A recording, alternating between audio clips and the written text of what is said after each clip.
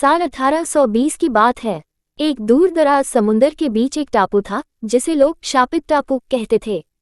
कहते हैं वहां जाने वाला कोई भी इंसान वापस नहीं आता था। समुंदर हमेशा गुस्से में रहता और आसमान हमेशा बादलों से ढका होता। पुरानी कहानियों में कहा जाता था कि कई सौ साल पहले एक खतरनाक समुद्री डाकू कप्तान जफर ने एक बेशकीमती खजाना लूटा और उसे उसी टापू पर छुपा दिया। लेकिन लालच ने उसे अंधा कर दिया। उसने अपने ही साथियों को मार डाला ताकि खजाने पर सिर्फ उसका हक रहे।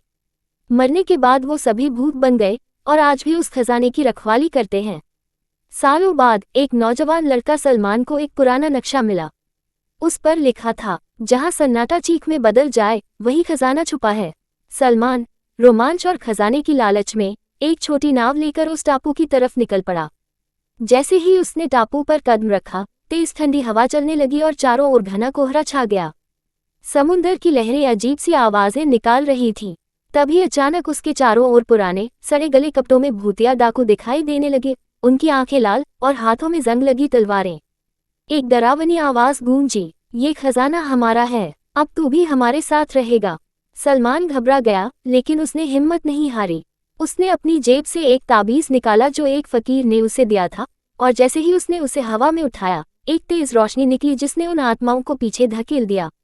वो खजाने के पास पहुंचा, लेकिन जैसे ही उसने उसे छूने की कोशिश की, जमीन हिलने लगी और एक भारी आवाज आई, वफादारी के बिना खजाने का हकदार कोई नहीं बनता। अगली सुबह समुंदर किनारे एक नाव तैरती मिली, पर उसमें कोई नहीं था। मगर जो मछुआरे उस टापू के पास से गुजरते हैं, आज भी हवाओं में वो डरावनी आवाज सुनते हैं। हम अब भी यही हैं, और खजाना भी।